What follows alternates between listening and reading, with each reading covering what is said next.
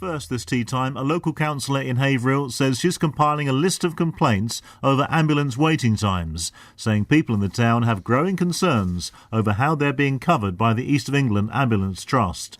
It follows recent incidents when a woman had to wait over 2 hours for an ambulance after suffering from a painful back spasm while in town.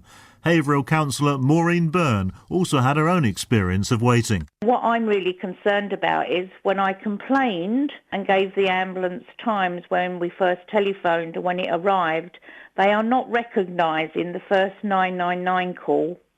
They said the ambulance got there within 25 minutes of a 999 call, which was the second call. Yeah, it could have been fatal, and obviously before that and since then, I've been trying to find out if people's experiences have been the same or similar. I've had about 7 residents talk to me about their concerns. Not all of them will go public, unfortunately. I've got 3 at least that are prepared for me to give their details when I meet the CCG. And I think there's a guy called Simon King, the General Manager for the East of England Ambulance Service, that's going to be willing to meet me. Do you think Haverhill has the ambulance cover it needs? It definitely does not. Haverhill, we are told, has its own ambulance. It's not very often in Haverhill, unfortunately. It could be anywhere within, I'm told, 3 districts. It could be in Colchester, it could be the other side of Cambridge. It could be parked up on the other side of Cambridge on the Arbury estate. It could be anywhere, but it is not very often located in Haverhill. I think it starts off in Haverhill. I think it's probably based in Haverhill as its base. I'm concerned, and I'm going to be honest, I think there's a lot of dishonesty that goes on when we are told about targets that are being met and targets that are not being met. It just does not add up to people's personal experiences. The article in the Echo today, which is Michaela Carney, I think she is probably the worst of the 7 allegations that have been reported to me, and she waited 3 hours. I also know of somebody else who had heart failure, had a heart condition, and they waited 2.5 hours for an ambulance. Mind you, this is obviously some months before my husband's experience, and it's just not good enough.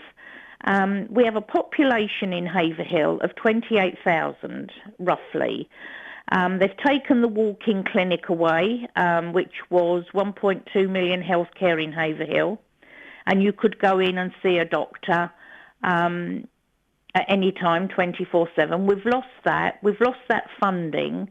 We were hoping that we were going to see that funding reinvested in Haverhill one way or the other. The ambulance service would have been fantastic if it had been improved and updated for us. We are a growing town. We have an ageing population as well as parents with very, very young children. We have to go 19 or 20 miles to any hospital. It's either West Suffolk or Addenbrooke's. Newmarket's got a hospital, Bury's got a hospital, Sudbury's got a hospital.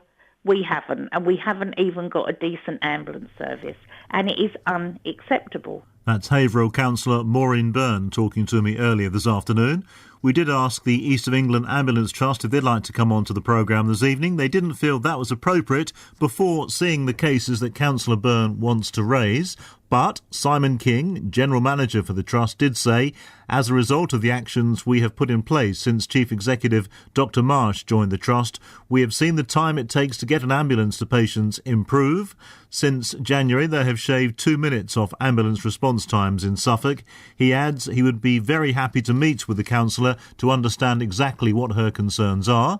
The Trust is currently recruiting 400 student paramedics to improve frontline staffing and are upskilling existing staff. They have also rolled out 147 new ambulances ahead of schedule and ordered a further 120 ambulances.